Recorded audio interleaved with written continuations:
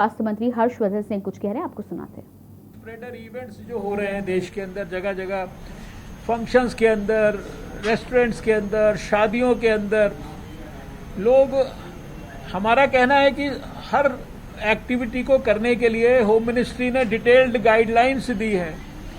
Standard operating procedures SOPs जो है issue किए गए हैं, उनको पालन भी करें लोग, और उनको पालन कराने में जो स्टेट गवर्नमेंट्स हैं वो भी गंभीरता से, सख्ती से उनका पालन कराएं।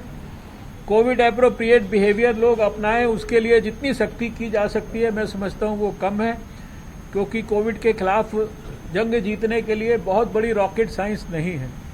ये सबसे बड़ा हथियार है जिसको मैंने भी पहना हुआ है, आप में से भी अधिकांश लोगों ने पहना हुआ है। इसी को अगर ठीक प्रकार से सारे देश के लोग इस्तेमाल करेंगे तो यही हथियार जो है हमारे कामयाबी को प्राप्त कराने के लिए पर्याप्त मात्रा में हमारा सहयोग कर सकता है। सर, आपके है सर, जिसको डोज लग रहा है वो भी पॉजिटिव हो जाता है, क्या वजह आप मानते हैं? देखिए, ये बहुत ही, पहली बात तो ये बहुत रेयर जैसी पोजीशन होती है कि वैक्सीन लगने के बाद भी हो गया, लेकिन अगर हो भी जाता है तो कोई बहुत चिंता का विषय नहीं है। ये समझने की कोशिश करिए कि जो वैक्सीन है इसका जो है, जहां एक तरफ ये हमें प्रोटेक्शन और हमारी सुरक्षा को स्ट्रेंथन करती है, दूसरी तरफ वैक्सीन लगने के बाद अगर आपको कोविड मान लीजिए होने की संभावना भी होती है तो शायद कोविड के कारण उसके गंभीरता की ओर बढ़ने की संभावना, हॉस्पिटलाइजेशन होने की संभावना, ICU में जाने की संभावना, वेंटिलेटर पर जाने की संभावना, प्राणों को बड़े पैमाने पर खतरा होने की संभावना, ये सारी संभावनाएं जो है वो बहुत नगण्य हो जाती हैं। सर, आपने आज दूसरी डोज ले ली है, पीएम मोदी कब तक लेंगे दूसरी डोज? देखिए, इसके बारे में तो मेरे लिए बता पाना मुश्किल है। ये तो जब लेंगे तो सारे देश को, दुनिया को पता लगेगा। इसमें कोई ये ऐसा विषय नहीं है कि जिसके ऊपर मैं यहाँ पर जो है कोई आपको डेट का डिक्लेरेशन करूँ। एक सवाल मेरा सर, क्लिनिकल मैनेजमेंट को लेकर आप लोग क्या इंश्योर करने की कोशिश करें, क्योंकि केसेस उस तरीके से फिर नहीं, देखिए सारी परिस्थितियों में अब ट्रीटमेंट का तरीका, कोविड को हैंडल करने का तरीका ये स्थापित हो चुका है, और भारत ने दुनिया भर में सबसे बेहतरीन परफॉर्मेंस उस ट्रीटमेंट को, प्रोसेस को, मोडालिटीज़ को अडॉप्ट करके ही अपनाया है, जिसमें कि हम जो बार बार बोलते हैं टेस्ट करना, ट्रैक करना और ट्रीट करना, और ये सारे काम अर्ली करना। तो टेस्टिंग बड़ी मात्रा में करना, ये सबसे ज़्यादा ज़रूरी है, और जो पॉजिटिव है उसके कॉन्टैक्ट्स को जो है बड़ी मात्रा में ट्रैक करना, ट्रेस करना, ये इम्पॉर्टेंट है। और ट्रैक करके उनको खाली ट्रैक ही नहीं करना है, उनको फिर आइसोलेट करना है, क्वारंटाइन सेंटर पे ले जाना है, और फिर जिसको जहां ट्रीटमेंट की आवश्यकता है, जिसको घर में आवश्यकता है तो घर में ट्रीटमेंट भी हो रहा है, उसकी मॉनिटरिंग भी होनी चाहिए, और फिर अस्पताल में आवश्यकता है तो अस्पताल के अंदर उसको कोविड की जो देश में लगभग आप जानते हैं कि जो फैसिलिटीज़ क्रिएट की गई हैं, Covid dedicated hospitals, Covid dedicated health centres, Covid dedicated care centres, और इसके अलावा क्वारंटाइन सेंटर्स, ये इनमें लगभग 20 लाख के करीब बेड्स क्रिएट किए गए हैं, और उसमें ऑक्सीजन सपोर्टेड और जो ICU सपोर्टेड इस तरह के भी बेड्स हैं। तो जिसको जहाँ जहाँ ज़रूरत है उसको वहाँ लेके जाना, और बाकी जो टेस्ट करके अर्लीस्ट।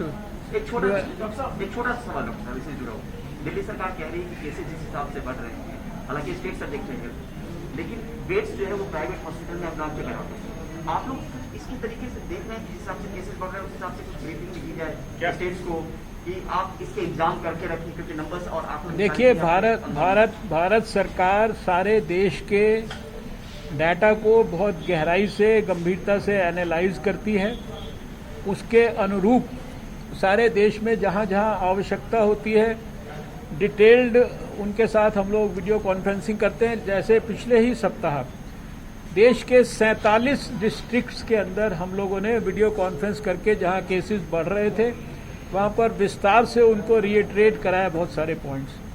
जहां एक तरफ ये 47 डिस्ट्रिक्ट्स ऐसे हैं जहां की केसेस बढ़ रहे हैं, वहां दूसरी तरफ खुशी की बात, अच्छी बात ये भी है कि आज सुबह अगर मैं 9 बजे का अपना डाटा स्टडी करूं तो 430 डिस्ट्रिक्ट आज देश में सुबह ऐसे हैं जहां या तो 7 दिन में या 14 दिन में या 21 दिन में या 28 दिन में एक भी केस नहीं आया है। तो चीजें हमारे सब कुछ कंट्रोल में है।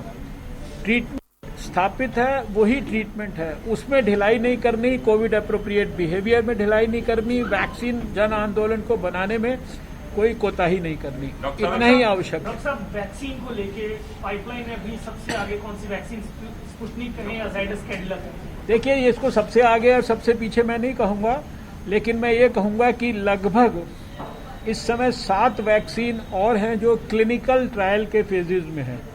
इसमें कुछ थोड़ा सा ज़्यादा एडवांस्ड हैं, कुछ बहुत ज़्यादा एडवांस्ड हैं और कुछ क्लिनिकल ट्रायल में हैं, और लगभग 2 दर्जन वैक्सीन ऐसी हैं जो प्री क्लिनिकल ट्रायल्स में, जिसको एनिमल स्टडीज बोलते हैं। तो अभी कुल मिलाकर ये सारी वैक्सीन विभिन्न फेजेज में है डेवलपमेंट के। भारत सरकार वैक्सीन डेवलपमेंट के लिए भी जो है सारे देश को सपोर्ट कर रही है।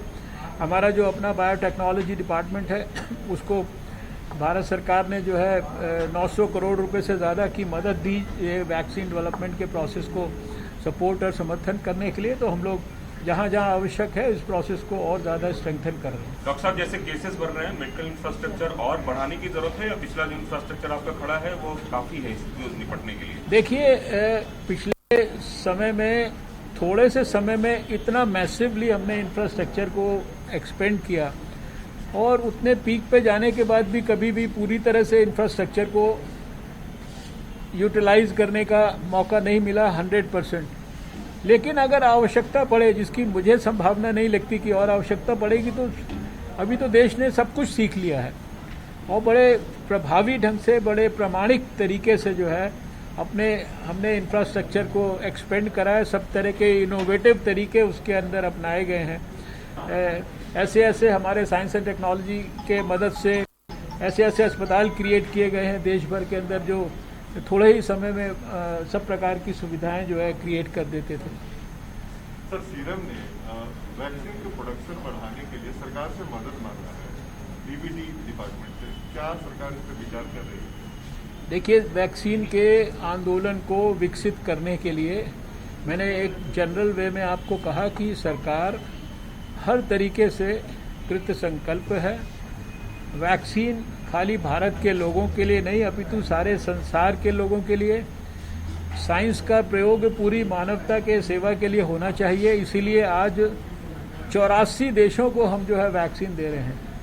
कुछ को गिफ्ट के रूप में दे रहे हैं, कुछ को कॉन्ट्रैक्ट के रूप में दे रहे हैं, कुछ को कोवैक्स की जो WHO की फैसिलिटी है उसके माध्यम से दे रहे हैं। क्योंकि हमारा ये सोच है कि हमारा सारा जो विश्व है ये एक परिवार है और हमारा अपने देश के लोगों के साथ साथ दुनिया के लोगों के प्रति, और विशेषकर जो देश ऐसे हैं जो डेवलपिंग देश, कमज़ोर देश हैं, उनके पास ना वैक्सीन है, ना वैक्सीन को डेवलप करने की सुविधा है, उनकी भी सरकार मदद कर रही है।